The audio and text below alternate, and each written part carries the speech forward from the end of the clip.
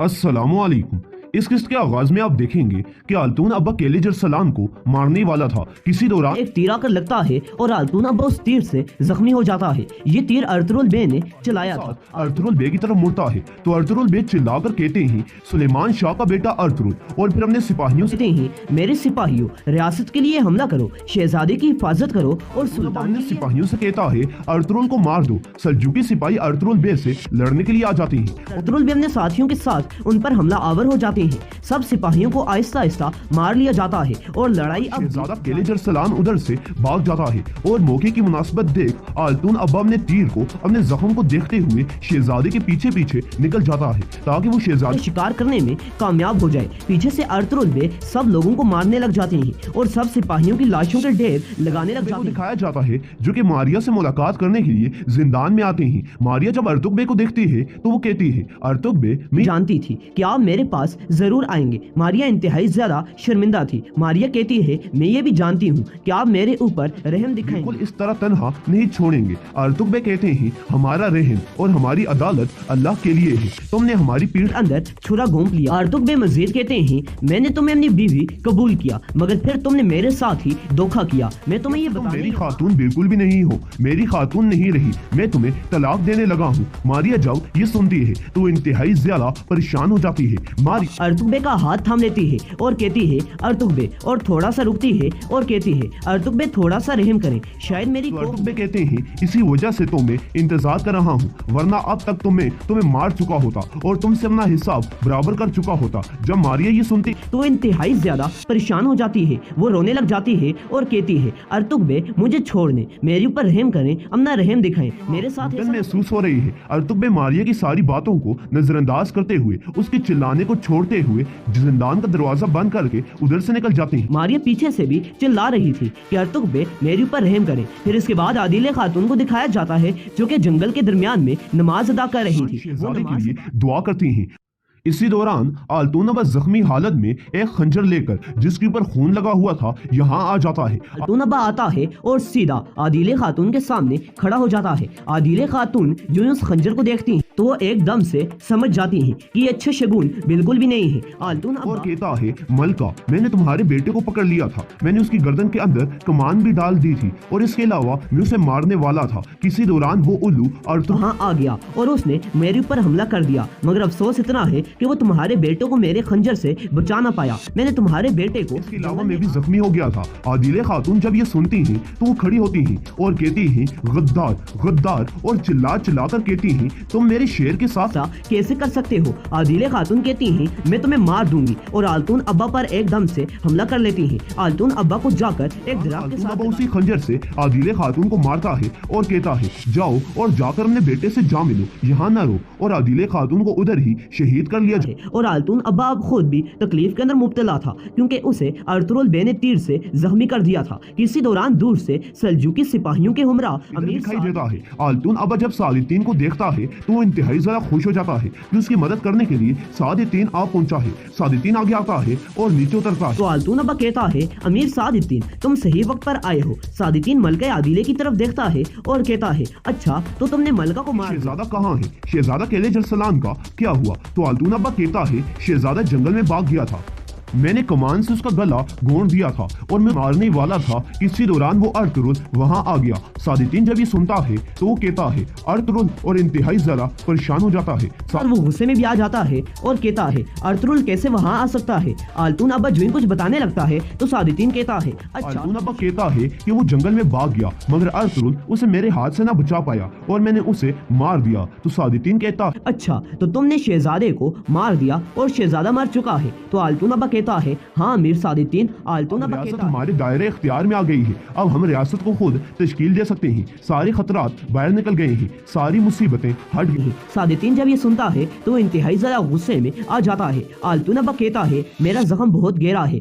मेरे जख्म को आराम निकालना होगा, इसीलिए सादितीन मेरी मदद करो। और आल्तून अब्बा को सादितीन एक दरख्त के साथ लगाता है और फिर उसका जख्म देखने लगता है। आल्तून अब्बा दर्द के मारे चिल्लाता है। सादितीन आल्तून अब्बा के जख्म को दबाता है। आल्तून अल्तून अब्बा कहता है, सादितीन तुम जानते हो कि तुम क्या कर रहे हो? तो सादितीन उसके मुंह के अंदर एक लकड़ी रखता है और फिर उसका तीर निकालने लग जाता है और इसी दौरान सादितीन और वही खंजर जिस खंजर से वो तीर निकाल रहा था, वो तेज दहाड़ खंजर उसके सीने में, उसके पेट के अंदर घोंप देता है और वैसे ही मारता है जैसा कि अल्तून अब्बा ने मलका आदिले को मारकर शहीद कर दिया था। अमीर सादितीन जब आता है तो वो इंतहाई जरा गुस्से में आ जाता है। अमीर सादितीन इधर उधर भी देखता है और अल्तून अब्बा के ऊपर से टोपी हटा देता है। हम रियासत को अपनी मर्जी से तरतीब देंगे, मगर तुम इस रियासत का हिस्सा बिल्कुल भी नहीं होगे, और इंतहाई जरा खुशी में उसे मारकर खत्म करके वहां से खड़ा जाता है और खड़े होकर कहता है, ये रियासत अमीर सादितीन की रियासत है और अमीर सादितीन नहीं चाहता कि वो अपने राजों में दारी उसे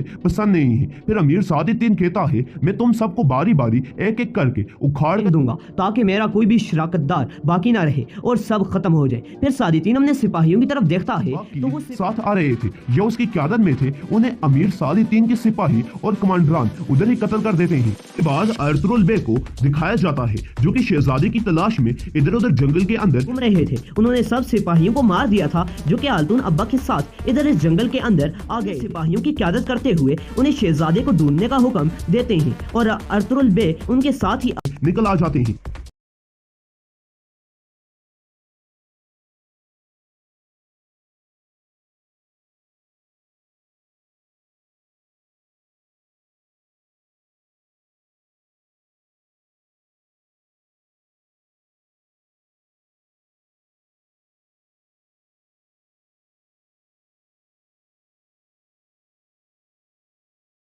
রাসূলুল্লাহ সাল্লাল্লাহু আলাইহি ওয়াসাল্লাম ও তার চাচা হযরত আব্বাস রাদিয়াল্লাহু তাআলা আনহুকে সহ আকাবা প্রান্তে উপনীত হন। আব্বাস রাদিয়াল্লাহু তাআলা আনহু যদিও তখনও ইসলাম গ্রহণ করেন নাই, কিন্তু ভাতিজাকে যে কোনোভাবে কাফেরদের অত্যাচার হতে রক্ষার জন্য তার চেষ্টা প্রচেষ্টা ও আগ্রহে কোনো প্রকার ত্রুটি ছিল না। উপস্থিত সকলে আসন গ্রহণ করলে হযরত আব্বাস রাদিয়াল্লাহু তাআলা আনহুই আলোচনার সূত্রপাত করেন। আব্বাস রাদিয়াল্লাহু তাআলা আনহু আউস ও খাজরাজ বংশের নাম উল্লেখ করে বললেন, যেই উদ্দেশ্যে আপনারা এখানে সমবেত হয়েছেন সেই সম্বন্ধে আরও ভালোভাবে বিবেচনা করে কাজ করা উচিত।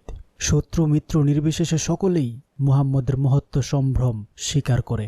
তার নিজস্ব 2-4 জন লোকও এখানে রয়েছে। এখন আপনারা তাকে নিজেদের দেশে নিয়ে যেতে চাচ্ছেন। বিষয়টা খুব সহজ নয়। তাকে আপনাদের মাঝে নিয়ে যাবার অর্থ সমগ্র আরবের শত্রুতা বরণের জন্য প্রস্তুত থাকতে হবে। শেষে বিপদ দেখে পিছিয়ে না পড়েন। এ বিষয়টা আপনাদের আগে থেকেই খুব গভীরভাবে ভেবে দেখা দরকার। আব্বাসের কথায় উপস্থিত লোকজন আশ্বস্ত হতে পারেন নাই। তারা রাসূল সাল্লাল্লাহু আলাইহি ওয়াসাল্লামের কথা শুনতে অতিশয় ব্যাকুল হয়ে ওঠেন। রাসূলুল্লাহ সাল্লাল্লাহু আলাইহি ওয়াসাল্লাম প্রথমে কুরআন তিলাওয়াত করেন এবং আল্লাহর সত্তা, কুদরত ও ইসলামের প্রতি উপস্থিতদের মনোযোগ আকর্ষণ করেন। অতঃপর বললেন, আপনাদের সাথে আমার খুব বেশি কিছু কথা নাই। আমি যখন আপনাদের সেখানে যাচ্ছি তখন আপনারা নিজেদের স্বজনবর্গের সাথে যেমন আচরণ করেন আমার সাথেও তেমনি করবেন। স্বজনদেরকে যেমন অন্যের আক্রমণ থেকে রক্ষা করার চেষ্টা করেন, যে সকল মুসলমান আপনাদের দেশে যাচ্ছেন তাদের প্রতি কোনো প্রকার অন্যায় আক্রমণ পরিচালিত হলে স্বজনদের মতোই তাদেরকে রক্ষার প্রচেষ্টা চালাবেন এবং সত্যের সহায়তা করবেন। রাসূল আকরাম সাল্লাল্লাহু আলাইহি ওয়াসাল্লামের মুখের বক্তব্যে মদিনার মুসলমানরা খুবই প্রীত হন। তাদের মাঝে আনন্দের ঢেউ খেলে যায়। এ সময় পূর্বোল্লিখিত হযরত বারা বিন মারুর রাদিয়াল্লাহু তাআলা আনহু বলে উঠলেন, আপনার কথায় আমরা সম্পূর্ণ প্রস্তুত। এ ব্যাপারে আমাদের থেকে আপনি প্রতিজ্ঞা গ্রহণ করুন। কুরাইশের রক্তচক্ষু এবং আরবের আক্রমণ ভয়ে আমরা ভীত নই, আর যুদ্ধ বিগ্রহও আমাদের কোনো অপরিচিত বিষয় নয়। পুরুষানুক্রমে আমরা যুদ্ধ বিগ্রহে অভ্যস্ত। উপস্থিত সকলে প্রতিজ্ঞা গ্রহণে উদ্গ্রীব। হযরত আব্বাস রাদিয়াল্লাহু তাআলা আনহু রাসূল সাল্লাল্লাহু আলাইহি ওয়াসাল্লামকে উদ্দেশ্য করে বললেন, খুব ধীরে অগ্রসর হও। আমাদের গতিবিধি লক্ষ্য করার মতো লোকজনও রয়েছে। মদিনাবাসী মুসলমানদের উদ্দেশ্যে আব্বাস বললেন, প্রবীণরা সম্মুখে অগ্রসর হয়ে বায়াত গ্রহণ করে স্বস্থানে প্রত্যাবর্তন করুন। বেশি বিলম্ব আপনাদের সহযাত্রীদের মনে নানা প্রকার জিজ্ঞাসার জন্ম দেবে, সুতরাং অতি সাবধানে সন্তর্পণে স্বস্থানে চলে যান। অবশেষে মদিনাবাসী মুসলমানগণ বায়াত গ্রহণের জন্য হস্ত প্রসারিত করেন। তারা নিম্ন বর্ণিত শর্তসমূহের উপর রাসূলুল্লাহ সাল্লাল্লাহু আলাইহি ওয়াসাল্লামের হাতে হাত রেখে বায়াত গ্রহণ করেন। নাম্বার 1, আমরা এক আল্লাহর ইবাদত করব, কোনো কিছুতেই তার শরীক করব না। 2, চুরি ডাকাতি বা অন্য কোনোভাবে পরসম্পদ হরণ করব না। 3, জেনা বেবিচারে লিপ্ত হব না। 4, কোনো অবস্থাতেই সন্তান হত্যা বা বলিদান করব না। 5, কারো প্রতি কোনো মিথ্যা দোষারোপ করব না, কারো চরিত্রে অপবাদ আরোপ করব না। 6. কাউকে ঠকাবো না, চুগলখড়ি করব না। 7. প্রত্যেক সৎ কাজে আমরা রাসূলুল্লাহ সাল্লাল্লাহু আলাইহি ওয়াসাল্লামের অনুগত হব, কোনো সৎ কাজেই তার অবাধ্য হব না। 8. সৎ কাজে আদেশ ও অসৎ কাজে নিষেধ করব। 9. সুখে দুঃখে সর্বাবস্থায় আল্লাহর রাস্তায় নিজেদের ধন সম্পদ ব্যয় করব। এবং 10. আল্লাহর বিধিবিধান প্রচার প্রসারে কারো নিন্দা বর্ষণার পরোয়া করব না। বায়াত শেষে মদিনা থেকে আগত মুসলমানদের মধ্যে একজন হযরত আব্দুল্লাহ ইবনে রাওয়াহা রাদিয়াল্লাহু তাআলা আনহু রাসূল আকরাম সাল্লাল্লাহু আলাইহি ওয়াসাল্লামকে জিজ্ঞেস করলেন, ইয়া রাসূলুল্লাহ সাল্লাল্লাহু আলাইহি ওয়াসাল্লাম, বায়াতে উল্লিখিত কাজসমূহ যথারীতি পালন করলে আমরা কি পুরস্কার লাভ করব? তিনি জবাব দিলেন, তোমরা জান্নাত লাভ করবে। হযরত বারা বিন মারুর, আবুল হাইসাম ও আব্দুল্লাহ বিন রাওয়াহা রাদিয়াল্লাহু তাআলা আনহু বললেন, আমরা সর্বদা আপনার সাহায্য সহযোগিতা করব এবং শত্রু থেকে আপনাকে সুরক্ষা করব। আবুল হাইসাম আরও বললেন, মদিনার ইহুদিদের সাথে আমাদের একটি চুক্তি রয়েছে, এখন তা ছেদ করতে হবে, কিন্তু সুদিনে আপনি যদি আমাদেরকে পরিত্যাগ করেন তবে আমাদের অবস্থা কি হবে? আবুল হাইসামের কথায় রাসূল আকরাম সাল্লাল্লাহু আলাইহি ওয়াসাল্লাম মুচকি হেসে বললেন, কখনো নয়, কোনো অবস্থাতেই তোমাদেরকে পরিত্যাগের প্রশ্ন আসে না। তোমাদের রক্ত আমার রক্ত এক, আমি তোমাদের, তোমরা আমার, আমি ও তোমাদের বন্ধু এবং শত্রু অভিন্ন। বায়াত গ্রহণ পর্ব শেষ হলে রাসূল আকরাম সাল্লাল্লাহু আলাইহি ওয়াসাল্লাম উপস্থিত মুসলমানদেরকে বললেন, তোমরা নিজেদের মধ্য হতে নকিব বা প্রচারক নিযুক্ত করো, যারা স্ব গোত্র সম্প্রদায়ের নিকট আজকের এই বায়াতের বিষয়বস্তু প্রচার করবে। তার আদেশ অনুযায়ী 12 জন নকিব নিযুক্ত হলেন। নিযুক্ত 12 নকিবকে উদ্দেশ্য করে রাসূলুল্লাহ সাল্লাল্লাহু আলাইহি ওয়াসাল্লাম বললেন, আপনারা এই 12 নকিব মারিয়াম পুত্র ঈসা আলাইহিস সালামের সঙ্গীদের মতো। স্বদেশে আপনারা আমার প্রতিনিধি রূপে আল্লাহর নামের মহত্ব প্রচার করবেন, এটা আপনাদের বিশেষ কর্তব্য। এই জন্য কি আপনারা প্রস্তুত? সমস্বরে ভক্তি বিজড়িত দ্বাদশ কণ্ঠে উচ্চারিত হল, হ্যাঁ, আমরা সম্পূর্ণরূপে প্রস্তুত। আর এই 12 জন নকিব হলেন আসআদ বিন জুরারা, সাদ বিন রবি, আব্দুল্লাহ বিন রাওয়াহা, রাফে বিন মালেক, বারা বিন মারুর, আব্দুল্লাহ বিন আমর, উবাদা বিন সামেত, সাদ বিন উবাদা, মুনজির বিন আমর। এরা সবাই খাজরাজ বংশোদ্ভূত। বাকি 3 জন আউস বংশোদ্ভূত। তারা হলেন উসায়দ বিন খুজায়র, সাদ বিন খাইসামা এবং আবুল হাইসাম বিন তাইয়েহান। রাসূলুল্লাহ সাল্লাল্লাহু আলাইহি ওয়াসাল্লামের গতিবিধি লক্ষ্য করার জন্য কুরাইশরা পেছনে লেগেই থাকত, বিশেষত হজ মৌসুমে। অন্যদিকে আকাবায় সমবেতদের সকলেই ছিলেন নিরস্ত্র, একমাত্র হযরত আব্বাস বিন ওবাদার সঙ্গে একখানা তরবারি ছিল। সুতরাং সবার মাঝে একটা মানবীয় ভীতি কাজ করাটা ছিল স্বাভাবিক বিষয়। বায়াত গ্রহণের আনুষ্ঠানিকতা শেষে রাসূলুল্লাহ সাল্লাল্লাহু আলাইহি ওয়াসাল্লাম সকলকে স্বস্থানে ফেরত যেতে আদেশ করেন। রাতের ত্রিপ্রহর প্রায় অবহিত হবার সময় মদিনাবাসীগণ নিজেদের কাফেলায় প্রস্থান করেন। রাসূলুল্লাহ সাল্লাল্লাহু আলাইহি ওয়াসাল্লামও মক্কা নগরীতে ফিরে আসেন। প্রত্যুষে মদিনাবাসী মুসলমানগণ স্বদেশ যাত্রার প্রস্তুতি করতে লাগলেন। প্রস্তুতি শেষে কাফেলা প্রায় রওনা হচ্ছে। এমন সময় কতিপয় কুরাইশ প্রধান কতগুলো লোকসহ মদিনাবাসীদের নিকট উপস্থিত হয়ে বলতে লাগলো, দেখো, তোমাদের সঙ্গে আমাদের কোনো শত্রুতা বা বিবাদ নেই, অথচ তোমরা আমাদের বিদ্রোহী লোকটিকে নাকি তোমাদের দেশে নিয়ে গিয়ে আমাদের সাথে যুদ্ধের আয়োজন করছো। কুরাইশ প্রধানদের কথার কোনো জবাব না দিয়ে মুসলমানগণ চুপচাপ নিজেদের কাজ করে যাচ্ছিলেন। অন্যেরা পূর্বরাতে গোপন সম্মেলন সম্পর্কে কিছুই জানত না। তারা একজোটে কুরাইশ প্রধানদের কথা অস্বীকার করল। এসব কথাবার্তা শেষে মদিনাবাসীদের কাফেলা স্বদেশ অভিমুখে রওনা হয়ে যায়। আর কুরাইশ প্রধানরাও কর্তব্য স্থির করতে না পেরে নগরীতে ফিরে আসে। তখন এই বিষয়টা নিয়ে মক্কা নগরীতে যথেষ্ট জটলা হচ্ছিল। কুরাইশ প্রধানরা মক্কা নগরীতে ফিরে এসে পরামর্শক্রমে মদিনাবাসী মুসলমানদেরকে গ্রেফতার করার সিদ্ধান্ত গ্রহণ করে। সাথে সাথে লোকজন মদিনাবাসী কাফেলার উদ্দেশ্যে ধাওয়া করে। ততক্ষণে কাফেলা মক্কাবাসী কাফেরদের নাগালের বাইরে চলে যায়। কেবল হযরত সাদ বিন উবাদা এবং মুনজির বিন আমর কোনো কারণে পেছনে পড়ে যান। তারা কাফেরদের হাতে ধরা পড়েন। মুনজির বিন আমর কোনো প্রকারে কাফেরদের হাত থেকে পালিয়ে আত্মরক্ষা করেন। সাদকে মক্কায় এনে পিঠ মুড়া দিয়ে বেঁধে নির্মমভাবে প্রহার করতে লাগল। জুবায়ের ও হারেস নামক 2 মক্কাবাসীর সাথে সাদের ব্যক্তিগত পরিচয় ছিল। তারা এই সংবাদ পেয়ে ঘটনাস্থলে উপস্থিত হয়ে দুর্বৃত্তদের কবল থেকে রক্ষা করে তাকে স্বদেশ অভিমুখে রওনা করে দেয়। এদিকে সাদ ও মুনজিরের অপ্রত্যাশিত বিলম্বে মদিনাবাসীগণ বিপদাশঙ্কায় অস্থির হয়ে ওঠেন। এই অবস্থায় মুনজিরের মুখে সাদের মক্কাবাসীদের হাতে বন্দী হবার খবর শুনে তারা মক্কা অভিমুখে ফিরে চলেন। ইতিমধ্যে সাদ এসে কাফেলার সাথে মিলিত হন। এবার কাফেলা নিরাপদে মদিনায় প্রবেশ করে। মক্কার পরিবেশ পরিস্থিতি কোনো প্রকারেই মুসলমানদের বসবাসের অনুকূল ছিল না। তাই বাধ্য হয়েই মুসলমানদের একটা উল্লেখযোগ্য দল রাসূলুল্লাহ সাল্লাল্লাহু আলাইহি ওয়াসাল্লামের অনুমতিক্রমে আবিসিনিয়ায় হিজরত করেন। তিনি নিজেও হিজরতের সংকল্প করেছিলেন, কিন্তু কোথায় যাবেন তা স্থির করতে পারছিলেন না। দাউস গোত্রপতি হজরত তুফাইল বিন আমরের ইসলাম গ্রহণের কল্যাণে সমগ্র দাউস গোত্রই ইসলাম গ্রহণ করে। তুফাইল বিন আমর রাসূল আকরাম সাল্লাল্লাহু আলাইহি ওয়াসাল্লামকে মক্কা থেকে হিজরত করে তাদের এলাকায় সুদৃঢ় দুর্গে অবস্থান গ্রহণের জন্য আবেদন জানিয়েছিলেন, কিন্তু এই সৌভাগ্য মদিনার আনসারদের জন্য নির্ধারিত ছিল। সুতরাং রাসূল আকরাম সাল্লাল্লাহু আলাইহি ওয়াসাল্লাম তুফাইল বিন আমর দাউসের অনুরোধ রক্ষা করতে পারেন নাই। যারা মনে করেন শুধুমাত্র কুরাইশদের অত্যাচার নির্যাতন থেকে আত্মরক্ষার্থেই রাসূল আকরাম সাল্লাল্লাহু আলাইহি ওয়াসাল্লাম হিজরত করেছিলেন, হযরত তুফাইল বিন আমর দাউসির আবেদন প্রত্যাখ্যানের মাঝে তাদের পোষিত ধারণার জবাব নিহিত রয়েছে। কেননা তিনি যদি কেবলমাত্র অত্যাচার নির্যাতন হতে আত্মরক্ষার্থই স্থানান্তরে গমনের চিন্তাভাবনা করতেন, তাহলে হযরত তুফাইল বিন আমর দাউসির প্রস্তাব সুবর্ণ সুযোগ মনে করে লুফে নিতে পারতেন। কিন্তু নিছক আত্মরক্ষাই তার উদ্দেশ্য ছিল না। উদ্দেশ্য ছিল মুসলমানদের সুরক্ষা, ইসলামের প্রচার প্রসার ও শক্তিশালী ভিত্তি স্থাপন করা। সুতরাং তিনি হিজরতের চিন্তাভাবনা করছিলেন সত্য, কিন্তু কোথায় যাবেন তা এই পর্যন্ত স্থিরকৃত হয় নাই।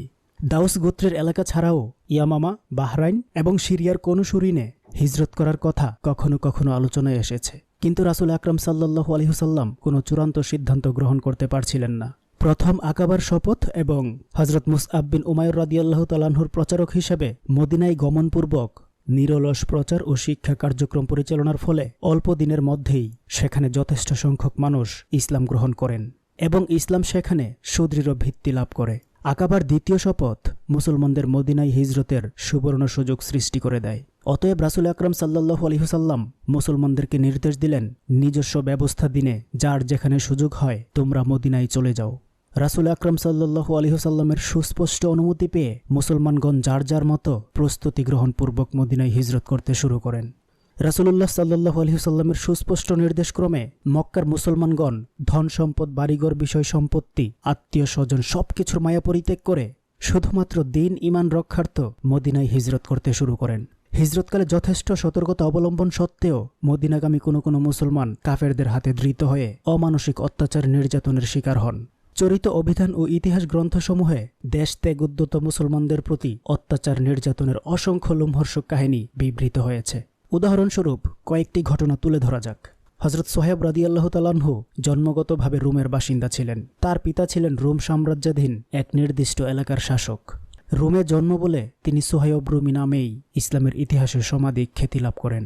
মক্কায় অবস্থানকালে নানা প্রকার ব্যবসা বাণিজ্যের মাধ্যমে তিনি প্রচুর ধন সম্পদের অধিকারী হন। সোহেব মদিনায় যাচ্ছেন এই সংবাদ অবগত হয়ে মক্কার দলপতিরা চতুর্দিক থেকে তাকে ঘিরে ফেলে।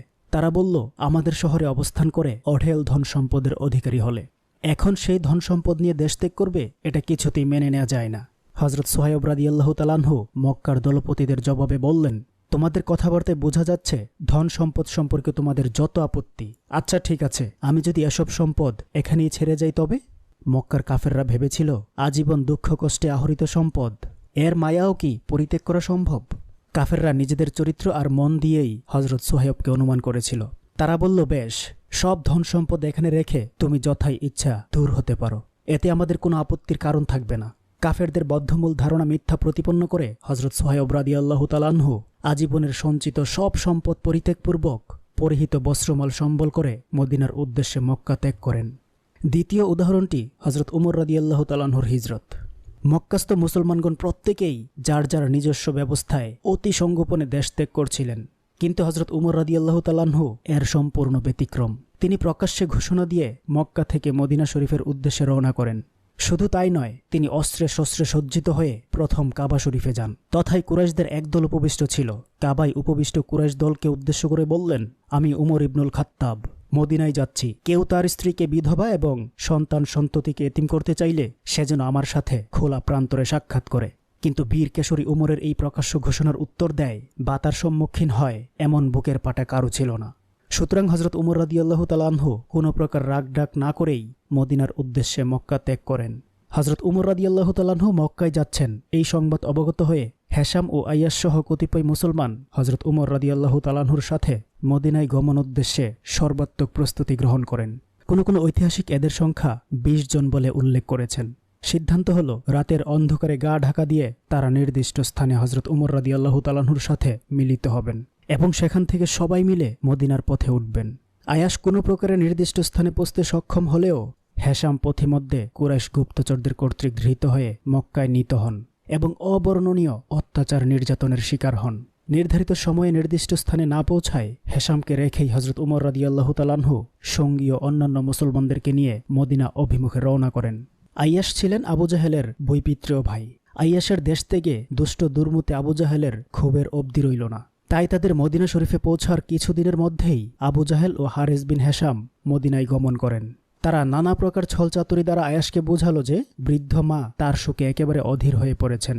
তিনি প্রতিজ্ঞা করেছেন পুত্র আয়াশের মুখশ্রী দর্শন না করা পর্যন্ত মাথায় তেল ব্যবহার করবেন না, চিরুনি ব্যবহার করবেন না, ছায়ায় গমন করবেন না, ইত্যাদি ইত্যাদি। মায়ের কষ্ট দর্শনে বিচলিত হয়ে অনিচ্ছা সত্ত্বেও তারা তাকে নিয়ে এসেছে। এভাবে দুষ্ট দুর্মুতে আবু জাহেল ও হারেস বিন হেশাম আয়াশকে তাদের প্রতারণার জালে বন্দী করে ফেলে। আইয়াশ বিষয়টা হজরত উমর রাদিয়াল্লাহু তাআলা আনহুর গোচরীভূত করেন। হজরত উমর রাদিয়াল্লাহু তাআলা আনহু তাকে বিশেষভাবে সাবধান করে বললেন, এরা তোমাকে বিপদগ্রস্ত করার বদমতলব তাড়িত হয়েই এখানে এসেছে, সুতরাং তুমি কোন অবস্থাতেই এদের প্রতারণার ফাঁদে পা দেবে না। আয়াশের মনে তখন উল্টা বুদ্ধি সমুপস্থিত। তিনি হজরত উমর রাদিয়াল্লাহু তাআলা আনহুকে মায়ের দুর্দশায় তার মানসিক বিচলতার কথা জানিয়ে বললেন, একবার গিয়ে মাকেও সান্ত্বনা দিয়ে আসি এবং তাড়াহুড়ার কারণে যেসব অর্থকরী ধনসম্পদ ফেলে এসেছি সেগুলো এখানে আনা যাবে।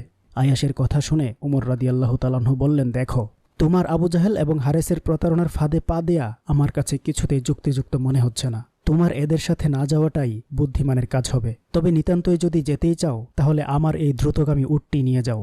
পথে মধ্যে কোনো প্রকার বিপদের লক্ষণ দেখতে পেলে এই উট ছুটিয়ে মদিনায় ফিরে আসবে। এত সব বলা কোয়ার পরেও হজরত উমর রাদিয়াল্লাহু তাআলা আনহু আয়াশকে বললেন, দেখো, কুরাইশদের মধ্যে আমার অর্থবিত্তের পরিমাণ একেবারে কম নয়। আমার সমগ্র সম্পদের অর্ধাংশ আমি তোমাকে ভাগ করে দিচ্ছি। তবুও তুমি আবু জাহেল ও হারেসের সাথে মক্কা গমনের দুরাকাঙ্ক্ষা পরিত্যাগ করো। আমার দৃঢ় আশঙ্কা হচ্ছে তুমি এদের প্রতারণার ফাঁদে পা দিয়ে বিপদগ্রস্ত হতে যাচ্ছ। অতএব তুমি মক্কা গমনের এই সংকল্প পরিত্যাগ করো। কিন্তু আয়াশ উমর রাদিয়াল্লাহু তাআলা আনহুর উপদেশ পরামর্শ উপেক্ষা করে তার প্রদত্ত উটে আরোহণ করে মহাপ্রতারক আবু জাহেল ও হারেস বিন হেশামের সাথে মক্কা অভিমুখে রওনা করেন। মক্কার নিকটবর্তী হলে আবু জাহেল বলল, আমাদের উটটি একেবারেই দুর্বল হয়ে পড়েছে, তাই তোমার উটটি থামিয়ে আমাদের একজনকে তোমার সাথে লও। এখানেও আয়াশ হজরত উমর রাদিয়াল্লাহু তাআলা আনহুর সকল উপদেশ পরামর্শ বিস্তৃত হয়ে তার বাহন উটটিকে বসিয়ে দেন। তিনি উট থেকে অবতরণ করতেই আবু জাহেল ও হারেস অতর্কিতে আক্রমণ চালিয়ে তার হাত পা বেঁধে ফেলে এবং এ অবস্থায় তাকে উটের পিঠে উঠিয়ে মক্কায় প্রবেশ করে। আবু জাহেল এই সময় রীতিমতো বিজয় আনন্দে উৎফুল্ল।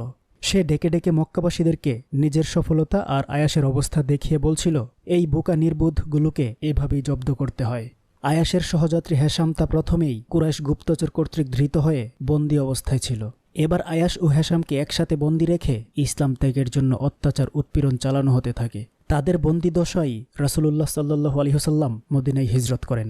তিনি মদিনায় হিজরত করলে হেশাম ও আয়াসের প্রতি অত্যাচার উৎপীড়ন চরমে ওঠে। রাসূলুল্লাহ সাল্লাল্লাহু আলাইহি ওয়াসাল্লাম একদিন মুসলমানদের উদ্দেশ্যে বললেন, মক্কায় বন্দী অত্যাচারিত হেশাম ও আয়াসকে উদ্ধারে কে আত্মত্যাগ স্বীকারে প্রস্তুত আছো? তখন উলিদ নিজের সম্মতির কথা জানায়। স্বীকারোক্তি মতে উলিদ দীর্ঘ পথ অতিক্রম করে মক্কায় এসে গোপনে হেশাম ও আয়াসের অবস্থানস্থল সম্পর্কে খোঁজখবর নিতে থাকেন। দীর্ঘ অনুসন্ধানের পর তাদের আত্মীয় এক মেয়েলোক মারফত অবগত হলেন হেশাম ও আয়াসকে নগর প্রান্তে একটি ছাদশূন্য ঘরে বন্দী করে রাখা হয়েছে। সূর্যোত্তাপে তারা সেখানে ছটফট করেন। দলপতিদের অনুমতিক্রমে আত্মীয় স্বজন মাঝে মধ্যে তাদেরকে কিছু খাদ্যদ্রব্য দিয়ে আসেন। উলিদ সন্ধ্যার পর সেই গৃহের নিকট গমন করেন যেখানে হেশাম ও আয়াস বন্দী। তিনি বহু কষ্টে প্রাচীর ডিঙিয়ে অভ্যন্তরে লাফিয়ে পড়েন। এবার গৃহদ্বার উন্মুক্তকরণের ব্যবস্থা হলো বটে, কিন্তু বন্দীদ্বয়ের গায়ে কঠিন লৌহ শৃঙ্খল। এ অবস্থায় তাদেরকে নিয়ে পলায়ন একেবারেই অসম্ভব। অবশেষে উলিদ একখণ্ড প্রস্তর এনে শৃঙ্খলের নিচে স্থাপন করে এমন জোরে তরবারি দ্বারা আঘাত করেন যে লৌহ শৃঙ্খল ছিন্ন ভিন্ন হয়ে যায় এবং তিনি বন্দীদ্বয়কে নিয়ে মদিনা অভিমুখে পলায়ন করেন। হজরত আবু সালামা রাদিয়াল্লাহু তাআলা আনহু স্ত্রী উম্মে সালামা ও শিশুপুত্র সহ মদিনায় হিজরতের জন্য প্রস্তুত হন। স্বামী স্ত্রী যুগল শিশুপুত্র সহ উটে আরোহণ করেছেন। এমন সময় উম্মে সালামার পিতৃকুলের লোকেরা এসে তাদের গমনে বাধা দিয়ে বলল, নরাধম, তুই যেথায় যাবি যা, কিন্তু আমাদের বংশের মেয়েকে তোর সঙ্গে যেতে দেব না। আবু সালামার বংশের লোকেরা উপস্থিত হয়ে বলল, হতভাগা, তোর কপাল পুড়েছে বলে আমাদের বংশের একটা নিরপরাধ শিশুর কপালও কেন তোর সাথে পড়তে দেব? আমাদের বংশের ছেলে রেখে তুই যেখানে ইচ্ছা দূর হয়ে যা। এভাবে স্ত্রী ও পুত্রকে হজরত আবু সালামা রাদিয়াল্লাহু তাআলা আনহুর কাছ থেকে ছিনিয়ে রাখা হয়। শিশুর কাতর ক্রন্দন, স্বামী পুত্র বিচ্ছিন্ন অবলা রমণীর আর্তনাদ কুরাইশ নরপশুদের কর্ণপটে প্রবেশ করে নাই। হৃদয়ে কোনো প্রকার ভাবান্তর সৃষ্টি করে নাই। তারা স্বামীর নিকট হতে স্ত্রীকে এবং মাতার কুল হতে দুগ্ধপুষ্য শিশুকে ছিনিয়ে নিয়ে আনন্দ রোল তুলে স্ব গৃহে অভিমুখে রওনা করে। এমন একটা মর্মবিদারী অবস্থার শিকার হয়ে স্ত্রী পুত্রকে মক্কায় রেখেই হজরত আবু সালামা রাদিয়াল্লাহু তাআলা আনহু মদিনা অভিমুখে রওনা করেন। হজরত উম্মে সালামা রাদিয়াল্লাহু তাআলা আনহার সেই সময়কার কথা এতটাই হৃদয় বিদারক ছিল যে তা লেখনীয় প্রকাশ করতে অক্ষম। তিনি বর্ণনা করেন, যখন আমাকে স্বামী ও দুগ্ধপোষ্য শিশু হতে বিচ্ছিন্ন করা হয়েছিল তখন থেকে দীর্ঘ 1 বছর কাল পর্যন্ত প্রত্যেক দিন সন্ধ্যায় আমি সেখানে উপস্থিত হতাম আর স্বামী সন্তানের বিচ্ছেদের কথা স্মরণ করে প্রাণ ভরে কাঁদতাম। প্রতিদিন আমার এহেন কান্নাকাটি দেখে আমার এক চাচাতো ভাইয়ের মনে দয়ার সঞ্চার হয়। তিনি আমার স্বজনদেরকে বিশেষভাবে অনুরোধ করে আমাকে মদিনা শরীফে স্বামী সন্নিধানে পাঠাতে সম্মত করেন। আবু সালামার স্বজনরাও শিশু পুত্রটিকে আমার সঙ্গে যেতে দিতে সম্মত হয়। অবশেষে আল্লাহর নাম স্মরণ করে শিশু পুত্রকে সঙ্গে করে উটে আরোহণপূর্বক মদিনা অভিমুখে রওনা করি। দীর্ঘ পথ, তদুপরি অচেনা পথ, পাথেও বলতে কিছুই নাই। তবুও ভরসা যেই মহান আল্লাহ নরাধম কুরাইশদের কবল থেকে আমাকে মুক্ত করে দিয়েছেন তিনি অবশ্যই আমাকে লক্ষ্যস্থলে উপনীত করবেন। পথিমধ্যে উসমান বিন তালহা নামক এক সহৃদয় ব্যক্তির সাথে আমার সাক্ষাৎ হয়। তিনি আশ্চর্য হয়ে জিজ্ঞেস করলেন, তোমার সাথে কে যাচ্ছে? আমি বললাম, এই শিশুপুত্র এবং আমার আল্লাহ। এই জবাবে উসমান বিন তালহার হৃদয় মন কেঁপে ওঠে। তিনি আমাকে সঙ্গে করে মদিনায় পৌঁছে দেন। আকাবার দ্বিতীয় বায়াত জিলহজ মাসে হজের পর অনুষ্ঠিত হয়। মদিনা থেকে আগত মুসলমানরা হজ ও আকাবার বায়াত শেষে দেশে গমনের পর হতেই সাহাবাই কেরামের মদিনায় গমন শুরু হয়। সফর মাসের শেষাব্দি সাহাবাই কেরামের সকলেই একে একে মদিনায় চলে যান। শুধু হজরত আবু বকর ও হজরত আলী রাদিয়াল্লাহু তাআলা আনহুই রাসূলুল্লাহ সাল্লাল্লাহু আলাইহি ওয়াসাল্লামের সাথে মক্কা শরীফে থেকে যান, যারা কুরাইশদের কর্তৃক নানাভাবে বাধাপ্রাপ্ত হয়ে মক্কায় আটকা পড়েছিলেন। তারা এই আলোচনা বহির্ভূত। হজরত আবু বকর রাদিয়াল্লাহু তাআলা আনহু অবশ্য এই সময় হিজরতের আকাঙ্ক্ষা প্রকাশ করেছিলেন, কিন্তু রাসূলুল্লাহ সাল্লাল্লাহু আলাইহি ওয়াসাল্লাম বারণ করায় তিনি নিবৃত্ত হন। সাহাবাই কেরামের হিজরতকালে রাসূলুল্লাহ সাল্লাল্লাহু আলাইহি ওয়াসাল্লাম একটিবারের তোরেও নিজের বিষয় চিন্তা করেন নাই। আকাবার দ্বিতীয় বায়াতের পর মুসলমানদের প্রতি কাফেরদের অত্যাচার উৎপীড়ন এ যাবৎকালের সর্বসীমা অতিক্রম করে। সুতরাং রাসূলুল্লাহ সাল্লাল্লাহু আলাইহি ওয়াসাল্লাম অনুসারীদের জানমাল ও ইজ্জত সম্ভ্রমের চিন্তায় অস্থির হয়ে ওঠেন এবং তাদের সকলে নিরাপদে মদিনায় পৌঁছে যাওয়া পর্যন্ত নিজে মক্কা শরীফে আল্লাহর আদেশের অপেক্ষায় অবস্থান করতে থাকেন। দ্বিতীয় আকাবার বায়াতের পর থেকেই যারা কুরাইশদের কর্তৃক ধৃত হয়ে মক্কায় অবস্থান করতে বাধ্য হয়েছিলেন তাদের ব্যতীত একে একে সাহাবাই কেরামের সকলেই মদিনায় হিজরত করেন। সেখানে তারা মদিনাবাসীদের কর্তৃক অতি সমাদরে গৃহীত হচ্ছেন। মদিনাবাসী আনসার সাহাবিগণ তাদের দেশত্যাগী ভাইদের জন্য নিজেদের ঘরবাড়ি বিষয় সম্পত্তি সব অকাতরে ত্যাগ করেন। মুসলমানদের সবাই এখন মদিনায়। অচিরেই মুহাম্মদ সাল্লাল্লাহু আলাইহি ওয়াসাল্লাম মদিনায় চলে যাওয়া অবধারিত। অদূর ভবিষ্যতে মুসলমানরা মদিনায় শক্তি সঞ্চয় করে পূর্বকৃত সব জুলুম অত্যাচারের প্রতিশোধ গ্রহণ করতে যদি অগ্রসর হয় তবে উপায় কি হবে? সুতরাং এখনই একটা বিহিত ব্যবস্থা গৃহীত হওয়া অতীব প্রয়োজন। অতএব মুসলমানদের হিজরতপূর্বক মদিনায় গমন এবং তথায় আশ্রয় লাভ ও হজরতের সম্ভাব্য মদিনায় গমনের কারণে উদ্ভূত পরিস্থিতিতে কি কর্মপন্থা গ্রহণ করা যায় সেই সম্পর্কে ব্যবস্থা গ্রহণ কল্পে দারুন নদওয়ায় এক জরুরি সভা আহূত হয়। বনি হাশেম ব্যতীত কুরাইশদের সব গোত্র এবং মক্কার অন্য সব গোত্রের লোকদেরকে এই সভায় আমন্ত্রণ জানানো হয়। নজদের এক বৃদ্ধের বেশ ধারণ করে অভিশপ্ত ইবলিশও এই সভায় উপস্থিত হয়। সভাস্থলে সকলে সমবেত হলে আলোচনা শুরু হয়। অধ্যকার আলোচনার বিষয় মুসলমান ও ইসলামের নবী সম্পর্কে কি ব্যবস্থা গ্রহণ করা যায় সেই সম্পর্কে।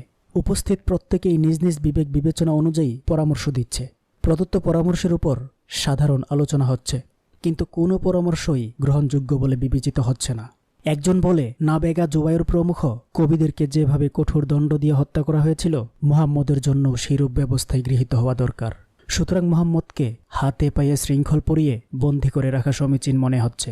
বৃদ্ধের বেশে উপস্থিত অভিশপ্ত ইবলিশ বলল, তোমরা মুহাম্মদকে বন্দী করে রাখবে, তার লোকজন ও আত্মীয় স্বজন এই সংবাদ জানতে বাকি থাকবে না। তখন যে প্রকারই হোক না কেন তারা বন্দিদশা থেকে তাকে মুক্ত করেই ছাড়বে। এই উপলক্ষে ভয়াবহ একটা যুদ্ধ বেঁধে যাওয়া একেবারে অসম্ভব নয়। সুতরাং মুহাম্মদকে বন্দী করে রাখার এই প্রস্তাব একেবারেই অযৌক্তিক, অসমীচীন। আরেকজন বলল, এই আপদ 60 বালাই যথা ইচ্ছা যাক। এই 60 বালাই গেলেই আমরা বাঁচি, অন্যত্র গিয়ে সে যা করে করুক, সেই সম্পর্কে আমাদের ভাবার কোনো আবশ্যক নাই। এই প্রস্তাবেরও বিরোধিতায় বলা হলো, সে অন্য কোথাও গেলে সেখানেও তার অনেক ভক্ত অনুরক্ত জুটে যাবে, তাতে আমাদের বিপদ বাড়ল বই কমল না। একসময় জনবল পুষ্ট হয়ে প্রতিশোধ গ্রহণার্থ আমাদের উপর আক্রমণ পরিচালনা করে বসলেও অবাক হবার কিছু থাকবে না। অতএব এই প্রস্তাবও জ্ঞানসম্পন্ন নয়। অবশেষে আবু জাহেল প্রস্তাব করল মুহাম্মদকে হত্যা করাই বর্তমান সমস্যার উপযুক্ত সমাধান। তবে কোনো গোত্র বা কেউ একাকী এই কাজ করলে সেই ব্যক্তি বা গোত্র বনি হাশেমের ক্রোধের শিকার হবে। তারা হত্যার বিনিময়ে হত্যা অথবা সুনিতপনের দাবি তুলতে পারে, সেটা হবে আরেক মহা সমস্যা। অতএব এই কাজ সমাধার উদ্দেশ্যে প্রত্যেক গোত্র থেকে একজন সাহসী যুবককে নির্বাচিত করা হোক। তারা একযোগে আক্রমণ পরিচালনা করে মুহাম্মদকে হত্যা করবে। এতে কোনো গোত্রই দল ছাড়া হতে পারবে না, আর বনি হাশেমও আমাদের সকল গোত্রের সাথে যুদ্ধ করতে পারবে না। দীর্ঘ আলোচনা পর্যালোচনার পর এই প্রস্তাবে গৃহীত হয়। আল্লাহ তাআলা যথাসময়ে ওহী মারফত রাসূল আকরাম সাল্লাল্লাহু আলাইহি ওয়াসাল্লামকে কুরাইশদের উল্লেখিত ষড়যন্ত্রের কথা অবহিত করে হিজরতের আদেশ করেন। একে একে সাহাবায়ে কেরাম সবাই মদিনায় চলে গেছেন। মদিনায় যাবার পথে কাফেরদের হাতে বন্দী দুর্দশাগ্রস্ত মুসলমানগণ ছাড়া কোনো মুসলমানই এখন আর মক্কায় নাই। রাসূলুল্লাহ সাল্লাল্লাহু আলাইহি ওয়াসাল্লাম আল্লাহর হুকুমের অপেক্ষায় রয়ে গেলেন।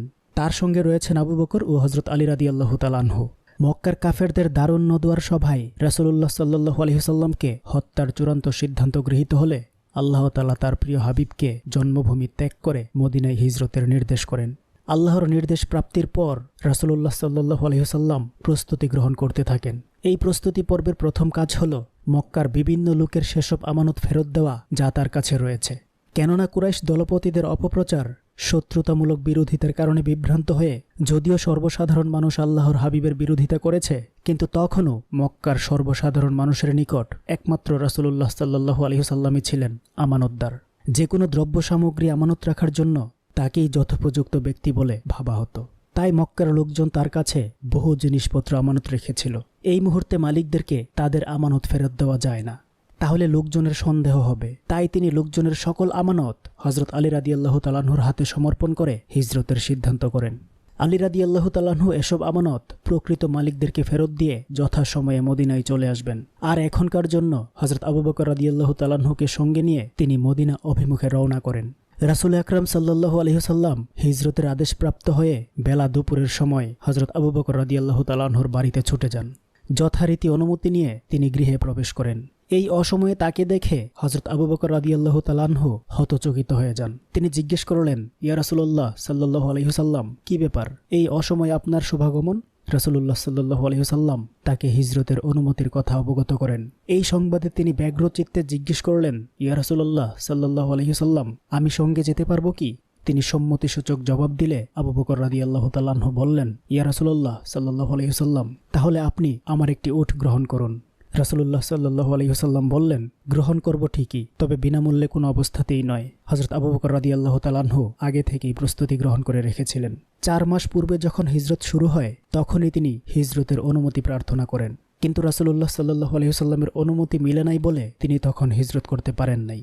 তিনি আবু বকর রাদিয়াল্লাহু তাআলা আনহুকে বলেছিলেন, অনুমতি হলে আমরা একসাথে হিজরত করব। সে সময় হযরত আবু বকর রাদিয়াল্লাহু তাআলা আনহু হিজরতের সময় বাহন রূপে ব্যবহারের উদ্দেশ্যে 2টি উট খরিদ করে খুব যত্ন সহকারে সেগুলোকে ঘাস পানি খাওয়াতে থাকেন। সেই 2টি উটের একটিই তিনি এই উপলক্ষে রাসূলুল্লাহ সাল্লাল্লাহু আলাইহি ওয়াসাল্লামকে সমর্পণ করেন। রাসূলুল্লাহ সাল্লাল্লাহু আলাইহি ওয়াসাল্লাম তখনকার জন্য প্রয়োজনীয় কথাবার্তা শেষ করে স্বগৃহে ফিরে আসেন। গৃহে ফিরে তিনি হযরত আলী রাদিয়াল্লাহু তাআলা আনহুকে লোকজনের আমানতকৃত দ্রব্যাদি বুঝিয়ে দিয়ে এগুলো মালিকদেরকে পৌঁছে মদিনায় চলে আসার নির্দেশ দেন। আলী রাদিয়াল্লাহু তাআলা আনহুকে সবকিছু বুঝিয়ে দিয়ে তিনি হযরত আবু বকর রাদিয়াল্লাহু তাআলা আনহুর গৃহে পৌঁছেন। হযরত আবু বকর রাদিয়াল্লাহু তাআলা আনহু আব্দুল্লাহ বিন উরাইকাত নামক এক যুবককে পথ প্রদর্শক নির্বাচিত করেন। আব্দুল্লাহ বিন উরাইকাত যদিও পৌত্তলিক, কিন্তু অত্যন্ত বিশ্বস্ত এবং মদিনার রাস্তাঘাট সম্পর্কে বিশেষ অভিজ্ঞ। কারণ সর্বসাধারণের চলাচলের পথ এই ক্ষুদ্র কাফেলার জন্য উপযোগী ছিল না। তাই তাদেরকে এমন পথে চলতে হবে যেই পথ সাধারণত সর্বসাধারণ মানুষ ব্যবহার করে না। আর সর্বসাধারণ মানুষ জানে না মদিনা গমনের এমন পথঘাট সম্পর্কে আব্দুল্লাহ বিন উরাইকাত সবিশেষ অভিজ্ঞ ছিল। রাসূলুল্লাহ সাল্লাল্লাহু আলাইহি ওয়াসাল্লাম ও হযরত আবু বকর রাদিয়াল্লাহু তাআলা আনহু গৃহত্যাগ করলেন। যাবার কালে হযরত আবু বকর তনয়া হযরত আসমা রাদিয়াল্লাহু তাআলা আনহা কিছু খাদ্যদ্রব্য প্রস্তুত করে একটি চামড়ার মশকে পুরে দেন। তিনি নিজের কুমরবন্ধ 2 ভাগ করে 1 ভাগ দিয়ে মশকের মুখ বেঁধে দিয়েছিলেন। এই জন্য পরবর্তীকালে হযরত আসমা রাদিয়াল্লাহু তাআলা আনহা জাতুন নেতাকাই অভিধায় অভিহিত হন। তারা গৃহত্যাগ করে সৌর পর্বত গুহায় আশ্রয় নেন। এটি মক্কা শরীফ হতে 3 মাইল দূরে পর্বতের চূড়াদেশে অবস্থিত। তারা 2 জন এই গুহার সংকীর্ণ মুখ দিয়ে অতি কষ্টে ভেতরে প্রবেশ করেন। প্রথমে হযরত আবু বকর রাদিয়াল্লাহু তাআলা আনহু ভেতরে প্রবেশ করে গুহার অবস্থা দেখেন এবং পরিষ্কার পরিচ্ছন্ন করে রাসূলুল্লাহ সাল্লাল্লাহু আলাইহি ওয়াসাল্লামকে ভেতরে আহ্বান করেন। তারা 3 দিন 3 রাত এই গুহায় অবস্থান করেন। গুহায় প্রবেশ করে রাসূলুল্লাহ সাল্লাল্লাহু আলাইহি ওয়াসাল্লাম হযরত আবু বকর রাদিয়াল্লাহু তাআলা আনহুর উরুর উপর মাথা রেখে ঘুমিয়ে পড়েন। গুহার গাত্রে ছিল অসংখ্য ছিদ্র। হযরত আবু বকর রাদিয়াল্লাহু তাআলা আনহু কাপড় ছিঁড়ে ছিঁড়ে প্রতিটি ছিদ্র বন্ধ করেন, কিন্তু একটি বন্ধ করতে পারেন নাই, কারণ কাপড়ে সংকলন হয় নাই। তিনি পায়ের আঙ্গুল দ্বারা ছিদ্রটি বন্ধ করে রাখেন। তাতে একটি সাপ অবস্থান করছিল, সেটি হযরত আবু বকর রাদিয়াল্লাহু তাআলা আনহুর আঙ্গুলে ধ্বংসন করে। সর্পদষ্ট হয়েও তিনি নড়াচড়া করলেন না। পাছে রাসূলুল্লাহ সাল্লাল্লাহু আলাইহি ওয়াসাল্লামের নিদ্রার ব্যাঘাত হয়, কিন্তু সর্পবিষে অসহ্য জ্বালায় তার চক্ষু বেয়ে 1 ফোঁটা পানি রাসূলুল্লাহ সাল্লাল্লাহু আলাইহি ওয়াসাল্লামের চেহারা মোবারকে পতিত হলে তিনি জেগে ওঠেন। কাদার কারণ জিজ্ঞেস করলে হযরত আবু বকর রাদিয়াল্লাহু তাআলা আনহু ঘটনা বিবৃত করেন। রাসূলুল্লাহ সাল্লাল্লাহু আলাইহি ওয়াসাল্লাম তার মুখের সামান্য লালা নিয়ে সর্পদষ্ট স্থানে লাগিয়ে দিলে সাথে সাথে বিষ নষ্ট হয়ে যায়।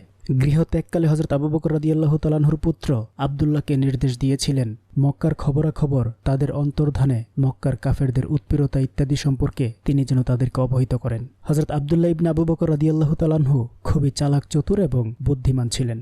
তাই হযরত আবু বকর রাদিয়াল্লাহু তাআলা আনহু তাকেই এই গুরুদায়িত্ব প্রদান করেন। হযরত আব্দুল্লাহ পিতৃ নির্দেশ মোতাবেক সারাদিন মক্কা নগরীতে এখানে সেখানে ঘুরে বেড়াতেন, পরিস্থিতি পর্যবেক্ষণ করতেন এবং রাতের বেলায় সৌর পর্বত গুহায় এসে সব সংবাদ অবহিত করতেন। হযরত আবু বকর রাদিয়াল্লাহু তাআলা আনহুর এক দাস ছিল আমর বিন ফুহাইরা। তার প্রতি নির্দেশ ছিল তিনি প্রতি রাতে বকরি দহন করে দুধ পর্বত গুহায় পৌঁছে দেবেন। আমর বিন ফুহাইরা রাদিয়াল্লাহু তাআলা আনহু সারাদিন সৌর পর্বতের আশপাশে বকরি পাল চড়াতেন এবং রাতের আধারে বকরি দহন করে দুধগুলো পর্বত গুহায় পৌঁছে দিয়ে বকরি পাল নিয়ে বাড়িতে ফিরতেন। গৃহত্যাগকালে হযরত আসমার তৈরি করে দেওয়া খাদ্য এবং বকরির দুধই ছিল তাদের পানাহার সামগ্রী। রাসূল আকরাম সাল্লাল্লাহু আলাইহি ওয়াসাল্লাম গৃহত্যাগকালে হযরত আলী রাদিয়াল্লাহু তাআলা আনহুকে নির্দেশ দিয়ে যান তিনি যেন তার চাদর গায়ে জড়িয়ে তার শয্যায় শুয়ে থাকেন। ওইদিকে কাফেররা রাসূল সাল্লাল্লাহু আলাইহি ওয়াসাল্লামের গৃহ চতুর্দিক থেকে ঘিরে রেখেছেন। তাদের উদ্দেশ্য তিনি যখনই গড় থেকে বের হবেন তখনই সকলে একযোগে আক্রমণ চালিয়ে তাকে হত্যা করবে। কিন্তু রজনী শেষে কাফেররা জানতে পারল রাসূলুল্লাহ সাল্লাল্লাহু আলাইহি ওয়াসাল্লামের শয্যায় আলী শুয়ে আছেন। শিকার হাতছাড়া হয়ে গেছে বুঝতে পেরে তাদের ক্রোধের আর সীমা পরিসীমা রইল না। কাফেররা প্রথমে হযরত আলী রাদিয়াল্লাহু তাআলা আনহুকে গ্রেফতার করে কাবা শরীফে নিয়ে যায়। সেখানে তারা নানা প্রকারে হযরত আলী রাদিয়াল্লাহু তাআলা আনহুকে রাসূলুল্লাহ সাল্লাল্লাহু আলাইহি ওয়াসাল্লাম সম্পর্কে জিজ্ঞাসাবাদ করে। হযরত আলী রাদিয়াল্লাহু তাআলা আনহু কঠোর ভাষায় জবাব দিলেন। তিনি বললেন, তার গতিবিধির উপর দৃষ্টি রাখার জন্য তোমরা তো আমাকে চাকর নিযুক্ত করো নাই, সুতরাং তিনি কোথায় আছেন আমি তার কি খবর রাখব? কাফেররা কিছু সময় পর্যন্ত তাকে নানাভাবে উৎপীড়ন করে সকল দিক চিন্তা ভাবনা করে ছেড়ে দেয়। তাকে ছেড়ে দিয়ে আবু জাহেল সদল বলে হযরত আবু বকর রাদিয়াল্লাহু তাআলা আনহুর গৃহপানে ধাওয়া করে।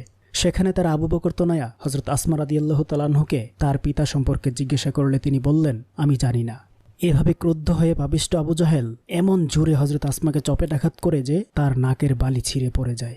মুহাম্মদ মদিনায় চলে গেছেন এই সংবাদ মুহূর্তে সমগ্র মক্কা নগরীর অলিতে গলিতে ছড়িয়ে পড়ে। কুরাইশ কাফেরদের খুব দুঃখ সপ্ত মার্গে উপনীত হয়। তারা চতুর্দিকে রাসূলুল্লাহ সাল্লাল্লাহু আলাইহি ওয়াসাল্লাম ও আবু বকর রাদিয়াল্লাহু তাআলা আনহুর খোঁজে লোক প্রেরণ করে, কিন্তু কোথাও তাদের কোনো সন্ধান করতে পারল না। এক লোক রাসূলুল্লাহ সাল্লাল্লাহু আলাইহি ওয়াসাল্লাম ও আবু বকর রাদিয়াল্লাহু তাআলা আনহুর অনুসন্ধানে সৌর পর্বত অভিমুখে গমন করেছিল। সে ছিল পদচিহ্ন বিশারদ। সে পদচিহ্ন দেখতে পেয়ে তড়িৎ কুরাইশ যুবকদেরকে খবর দেয়।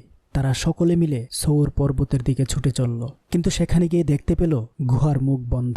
গুহার মুখ বন্ধ হওয়ার বর্ণনায় ঐতিহাসিকদের কেউ কেউ বলেন গুহা মুখের উপর বাবলা গাছের একটি ডালা ভেঙে পড়েছিল। মাকড়সা ডালটিতে এসে জাল বুনে এবং কবুতর এসে বাসা বেঁধে সেখানে ডিম পেড়ে তাতে তা দিতে থাকে। গুহার মুখের অবস্থা দর্শনে কাফেররা বলল, এই গুহায় কোনো লোক থাকতে পারে না। যদিও এখানে কোনো লোক প্রবেশই করত তাহলে মাকড়সার জাল, কবুতরের বাসা এসবের কোনো অস্তিত্বই থাকতো না। অথচ গুহাবাসীরা তাদের পা দেখতে পাচ্ছেন। এ অবস্থায় হযরত আবু বকর রাদিয়াল্লাহু তাআলা আনহু খুবই বিচলিত হয়ে পড়েন। তিনি বললেন, ইয়া রাসূলুল্লাহ সাল্লাল্লাহু আলাইহি ওয়াসাল্লাম, এখন কি হবে? আমরা তো ধরা পড়ে গেলাম। তারা নিজেদের পায়ের দিকে তাকাতেই আমাদেরকে দেখে ফেলবে। আত্মরক্ষার কোনো উপায়ই তো দেখা যাচ্ছে না। রাসূলুল্লাহ সাল্লাল্লাহু আলাইহি ওয়াসাল্লাম তাকে সান্ত্বনা প্রদর্শনপূর্বক বললেন, চিন্তা করবেন না, নিশ্চয়ই আল্লাহ আমাদের সঙ্গে আছেন। অবশেষে কাফেররা ব্যর্থ মনোরথ হয়ে সৌর গুহার মুখ থেকে ফিরে আসে। মক্কার কাফেররা সর্বপ্রকারে রাসূলুল্লাহ সাল্লাল্লাহু আলাইহি ওয়াসাল্লাম এবং হযরত আবু বকরের অনুসন্ধান চালিয়ে ব্যর্থ হয়। তাদের সকল চেষ্টা প্রচেষ্টা ব্যর্থতায় পর্যবসিত হলে অবশেষে তারা রাগে ক্ষোভে উদ্ভ্রান্ত হয়ে ঘোষণা করে দিল যে মুহাম্মদ এবং আবু বকরকে জীবিত অথবা তাদের মণ্ড এনে দিতে পারবে তাকে 100 উট পুরস্কার দেওয়া হবে। এই লোভনীয় পুরস্কারের আশায় অনেক মানুষই পায়ে হেঁটে এবং উটে আরোহণ করে রাসূলুল্লাহ সাল্লাল্লাহু আলাইহি ওয়াসাল্লাম এবং আবু বকর রাদিয়াল্লাহু তাআলা আনহুর অনুসন্ধানে নেমে পড়ে। গুহায় 3 দিন 3 রাত কাটানোর পর রাসূলুল্লাহ সাল্লাল্লাহু আলাইহি ওয়াসাল্লাম ও আবু বকর রাদিয়াল্লাহু তাআলা আনহু মদিনার পথে যাত্রা করেন। এদিকে পূর্বের কথা অনুযায়ী আব্দুল্লাহ বিন উরাইকেত উট 2টি সহ সৌর পর্বত গুহায় উপস্থিত হন। হযরত আবু বকর রাদিয়াল্লাহু তাআলা আনহু তার বিশ্বস্ত দাস আমির বিন ফুহাইরাকেও সঙ্গে নেন। রাসূলুল্লাহ সাল্লাল্লাহু আলাইহি ওয়াসাল্লাম এবং হযরত আবু বকর রাদিয়াল্লাহু তাআলা আনহু নিজ নিজ পরিবারবর্গকে আপাতত মক্কা শরীফে রেখে যান। 4 জনের এক ক্ষুদ্র কাফেলা লোহিত সাগরের উপকূলের পথ ধরে চলতে শুরু করল। রাসূলুল্লাহ সাল্লাল্লাহু আলাইহি ওয়াসাল্লাম কায়সার নামক ওটে আরোহণ করেন। আরেক ওটে আরোহণ করেন হযরত আবু বকর রাদিয়াল্লাহু তাআলা আনহু ও তার দাস আমির বিন ফুহাইরা। পথ প্রদর্শক আব্দুল্লাহ বিন উবাইরকে তো নিজের উটেই আরোহণ করে। 3 দিন পর্যন্ত অনুসন্ধান করে স্বয়ং কুরাইশ এবং তাদের 100 উটের পুরস্কার লোভীরা ভগ্নোৎসাহ হয়ে হাল ছেড়ে দেয়। তবে কিছু দুর্ধর্ষ প্রকৃতির আরব মুহাম্মদের মুন্ড এনে কুরাইশদের ঘোষিত 100 উট লাভের আশায় তখনও দিক বিদিক ছোটাছুটি করছিল। ওইদিকে 4 সদস্য বিশিষ্ট এই কাফেলা সর্বসাধারণের চলাচলের রাস্তা পরিহার করে লোহিত সাগরের উপকূল ধরে সম্মুখে অগ্রসর হতে লাগলেন। ঐতিহাসিক ইবনে সাদ ও ইবনে হিশাম এই পথের মঞ্জিলগুলোর নামও উল্লেখ করেছেন। তার মধ্যে রাগেবি আজও পূর্ব নাম বহন করে বিশ্ববাসীকে এই মহাযাত্রা পথের কিঞ্চিত সন্ধান দিচ্ছে। রাসূলুল্লাহ সাল্লাল্লাহু আলাইহি ওয়াসাল্লামের ক্ষুদ্র কাফেলা দ্রুত পদে সম্মুখে অগ্রসর হচ্ছে। বেলা যতই বাড়ছে সূর্য কিরণে ততই প্রহর হচ্ছে। মধ্যাহ্নের প্রচণ্ড সূর্যতাপ যেন আগুনের বাতাস ছড়াচ্ছিল। হযরত আবু বকর রাদিয়াল্লাহু তাআলা